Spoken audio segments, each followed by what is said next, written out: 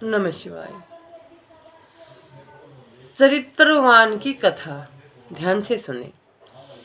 एक सुखदेव ऋषि थे। वे श्री वेद व्यास के पुत्र थे। एक दिन वे दीक्षा लेने के उद्देश्य से राजा जनक जी के पास मिथिला नगरी में गई।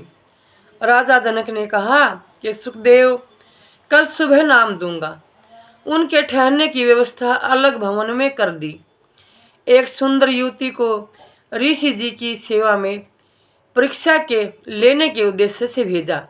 युवती सुखदेव जी के पलंग पर पैरों की ओर बैठ गई। ऋषि जी ने पैर सिकोड़कर और मोड़ लिए। युवती ऋषि जी की ओर निकट हुई तो उठकर खड़े हो गए। कहा कि हे बहन, आप अच्छे घर की बेटी दिखाई देती हो, कृपया कमरे से बाहर जाए, नहीं तो मैं चला जाता हूँ। लड़की चली गई। राजा जनक से बताया कि सुच्चा व्यक्ति है। ऐसे ऐसे हुआ। सुबह राजा जनक जी ने ऋषि सुखदेव जी से पूछा कि आपसे मिलने स्त्री आई थी। आपने उसे अंगीकार न करके अच्छे संयम का प्रदर्शन किया है। आप संयमी व्यक्ति हैं। धन्य है आपके माता पिता, जिसके आप पुत्र हैं, जिसने आपको जन्म दिया। कबीर परमेश्वर जी के विचार इनसे भी उच्च तथा श्रेष्ठ हैं। वे कहते हैं कि ऋषि सुखदेव भी आत्मज्ञानी नहीं था, क्योंकि जब युवती सुखदेव के पलंग पर बैठी तो सुखदेव ने उसे स्त्री समझकर अपने शरीर से छूने नहीं दिया और खड़ा होकर बाहर जाने की तैयारी कर दी। इससे स्पष्ट है कि सुखदेव जी को आत्मज्ञान नहीं था। विचार करें कि यदि युवती के स्थान पर युवक बैठ जाता तो सुखदेव जी क्या करते। वे उससे कुशल मंगल पूछते और पलंग छोड़कर खड़े नहीं होते। कहते हैं कि भैया, पलंग एक ही है, आप पलंग पर विश्राम करो, मैं नीचे पृथ्वी पर आसन लगा लेता हूँ। यदि युवक सभ्य होता तो कहता कि नहीं ऋषि जी, आप पलंग पर विराजो, मैं पृथ्वी पर विश्राम करूँगा। परंतु युवती होने के कारण ऋषि सुखदेव को काम दोष के कारण भय लगा। कबीर जी परमेश्वर जी ने बताया है कि स्त्री तथा पुरुष आत्मा के ऊपर दो वस्त्र हैं। जैसे गीता अध्याय 2 श्लोक 22 में कहा है कि अर्जुन, जीव शरीर त्याग कर नया शरीर धारण कर लेता है, इसे मृत्यु कहते हैं। यह तो ऐसा है जैसे मनुष्य पुराने वस्त्र त्याग कर नए पहन लेता है। इसलिए आत्म तत्वों को जान। उदाहरण में कहा है कि एक गांव में सांग मंडली आई। कई दिन सांग किया। पुराने जमाने में सांग के नाटक में पुरुष ही स्त्री का अभिनय किया करते थे। एक लड़का अपने साथी के साथ पहली बार सांग देखने गया। सांग में एक लड़के को लड़की के वस्त्र पहना रखे थे और पूरा शरीर इस तरह था कि लड़की की तरह बना रखी था। पर प्रथम बार गए लड़के ने अपने साथी से, जो कई बार सांग देख चुका था, उसे कहा कि देख कितनी सुंदर लड़की है। साथी बोला, यह लड़की नहीं लड़का है। परंतु प्रथम बार गया लड़का मानने को तैयार नहीं हुआ। उसको अपने मित्र की बातों पर विश्वास नहीं हुआ रहा था। सांग के समाप्त होने के पश्चात सांगी अपने स्थान पर गए जहाँ ठहरे हुए थे। दोनों लड़के भी उनके साथ वहीं गए। उस लड़के ने जो लड़की का स्वांग बनाया हुआ था, अपने स्त्री वाले वस्त्र उतारकर खूंटी पर टांग दिए और बाकी सब कुछ बनावटी उतारकर बैग में डाल दिए। कच्छे पच्छे में स्नान करने चला गया। यह देखकर नए दर्शक को विश्वास हुआ कि वास्तव में यह लड़का है। अगले दिन उस दर्शक को वह लड़की के वेश में लड़के में लड़की वाली मलिन वासना दिल में नहीं आई। उसे लड़का दिखाई दे रहा था। इसी प्रकार यदि सुखदेव ऋषि को अध्यात्म विवेक से आत्मज्ञान होता तो उससे स्त्री नहीं आत्म रूप में पुरुष समझकर कहता कि आप पलंग पर विराजो, मैं पृथ्वी पर विश्राम करता हूँ। साधु संत फकीर इस विचारधारा से जीवन जीते हैं, साधना करके मोक्ष प्राप्त कर लेते हैं। बड़े ही शिक्षा दीक्षा की बात है, अगर कोई सही से समझ सके तो।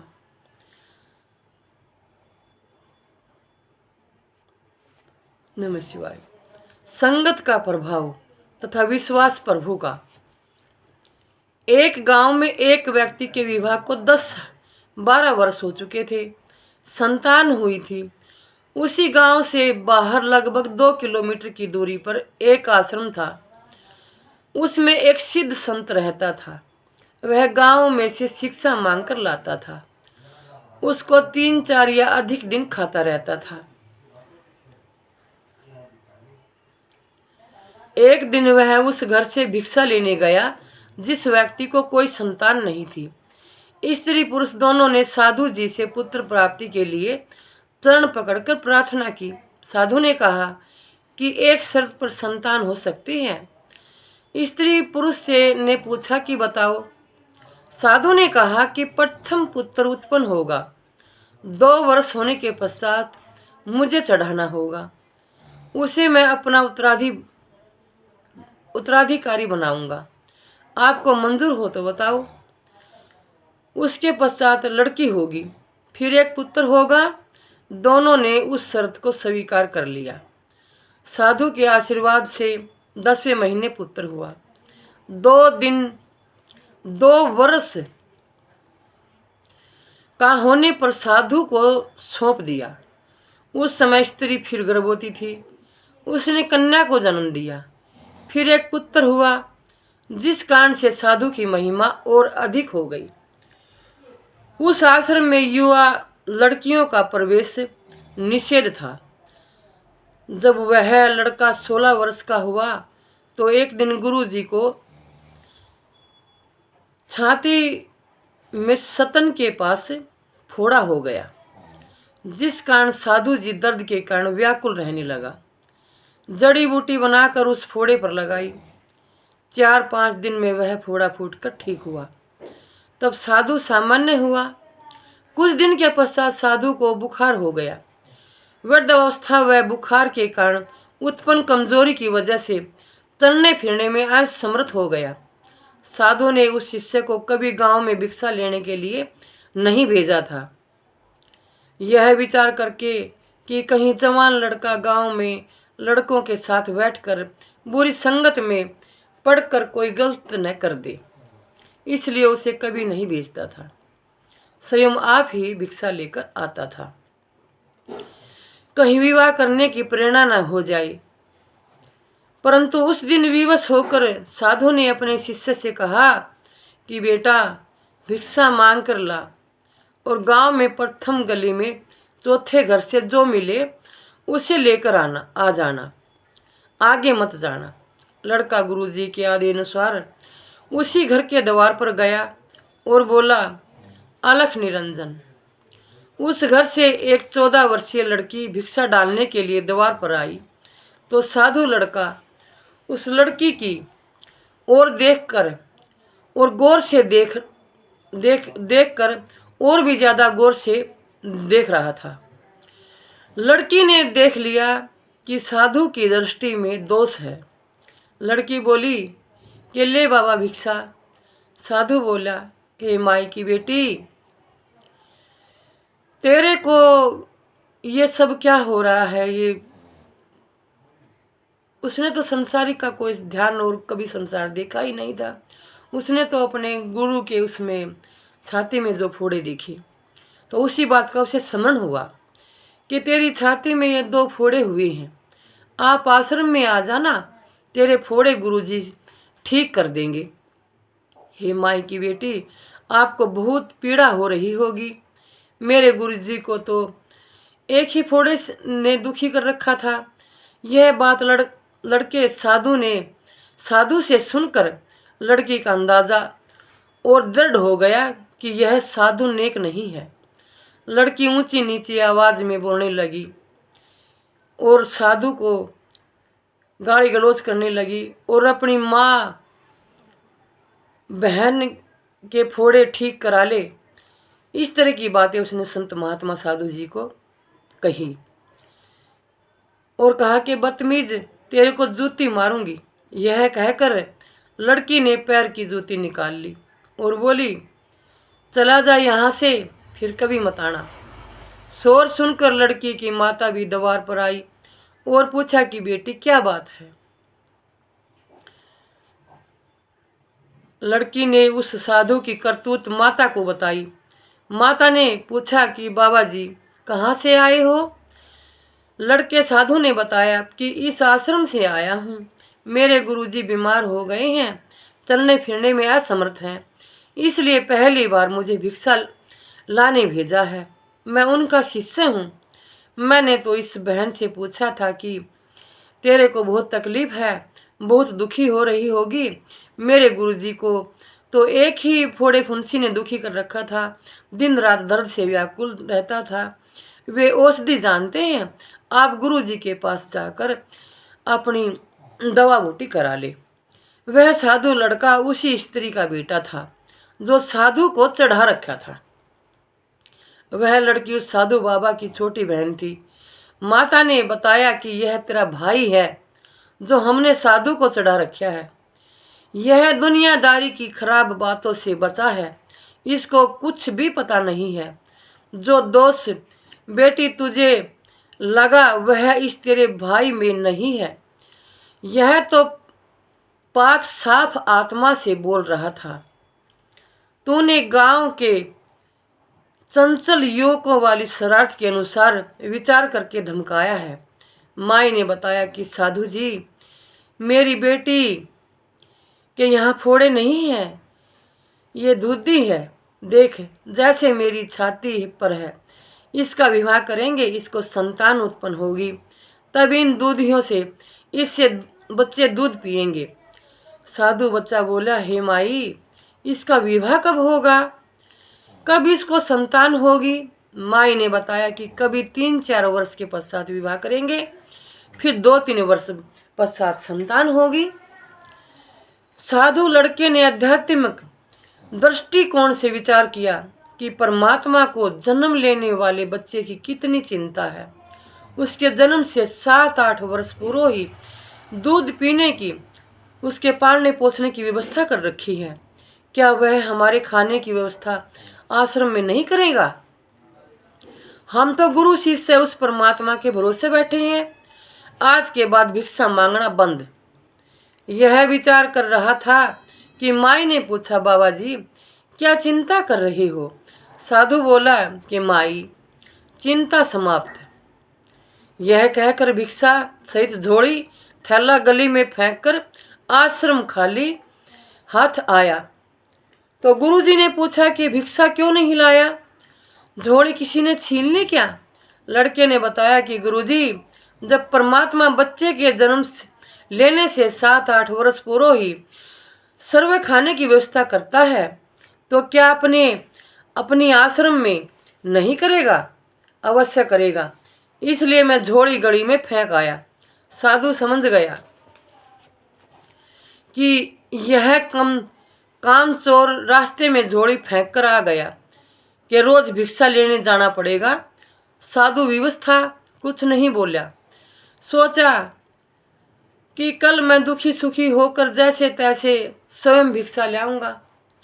जब साधु बालक झोली तथा भिक्षा गली में फेंक कर आश्रम में चला गया, तो वह परमात्मा ने नगर के कुछ व्यक्तियों में प्रेरणा की कि बड़े बाबा अस्वस्थ हैं। छोटे बाबा को किसी ने कुछ कह दिया। वह भिक्षा व झोली दोनों फेंक कर चला गया। साधु भूखा है, बच्चा भी भूखा है। यह विचार करके अच्छा भोजन तैयार किया। खीर फूल के दाल बनाकर पहले एक लेकर पहुंचा और साधु से कहा कि छोटा बाबा जी किसी के कहने पर रुष्ट होकर भिक्षा नहीं लाया, झोली भिक्षा फेंक आया। आप भोजन खाओ। साधु ने कहा कि पहले बालक को खिलाओ। बालक बोला कि पहले गुरुजी खाएंगे, फिर चेला खाएगा। साधु भोजन खाने लगा। इतने में दूसरा हलवा पूरी छोले लेकर आ गया। इस प्रकार लगभग 10 व्यक्ति गांव के यही विचार करके भोजन लेकर आश्रम में पहुंचे। चेला बोला कि वाह भगवान, हमें पता नहीं था कि आप कितने अच्छे हो, इसलिए आपके नाम की चिंता कम भोजन की अधिक रहती थी। गांव वालों ने नंबर बांध लिया कि एक दिन एक घर से साधुओं का भोजन भेजा जाए। ऐसा ही हुआ। शिक्षा में क्या कहा? जैसी संगत वैसी रंगत, अपना दोष दूसरे में दिखता है। परमात्मा पर विश्वास बिना भगत अधूरा है। मांग कर खाना भी शास्त्र विरुद्ध है, क्योंकि यदि भगत की श्रद्धा तथा भावना सच्ची है तो परमात्मा व्यवस्था कर देता है। परंतु गृहस्थी के कर्म करके भोजन ग्रहण करना सर्वोत्तम है। साधु संत का कर्म सत्संग करना, भक्ति करना है। यदि सच्ची श्रद्धा से करता है तो उसे मांगने की आवश्यकता नहीं पड़ेगी। संत गरीबदास जी ने परमात्मा कबीर जी से प्राप्त ज्ञान से अपनी अमृतवाणी में कहा है कि वैराग प्रकरण के अंग से कुछ वाणी। क्या क्या बात कही? गरीब नट प्रेरणा कांझर, सांसी मांगत हम बठियारे, जाकी तारी लागी तत् में, मोती देत उधारे। गरीब द्रौपद सुता के चीर, बढ़ाए बिन ही ताने काते, सकल मनोरथ पूर्ण साहिब, तुम क्यों मांगन जाते। गरीब आपते आवे रतन बराबर, मांग्या आवे लोहा, लक्षण नहीं जोग के, जोगी जा बस्या बन खोहा। गरीब टूका कारण फिरे, कुकरा कुत्ता सत घर फिर आवे, यो तो लक्षण नहीं जोग के, क्यों बाणा बिरदल जावे। गरीब जिनको आत्मज्ञान नहीं है वे मांगे रे भाई, चावल चून इकट्ठा करके ब्याज बधावे जाई।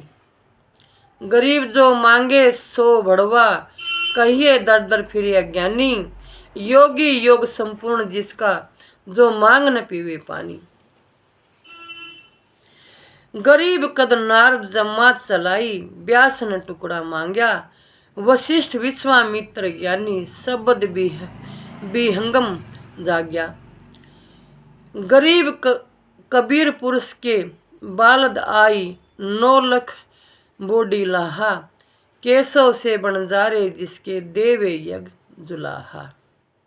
भावार्थ में कहा है कि उपरोक्त वाणियों का भाव है कि जो सत्य भक्ति शास्त्र अनुकूल नहीं करते वे साधु वेश बनाकर ऐसे मांगते फिरते हैं जैसे कुत्ता टूक रोटी के लिए 70 घरों में जाता है।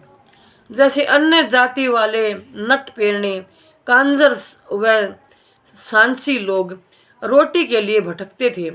यदि साधु भी ऐसे ही करता है तो उसकी साधना में त्रुटि है।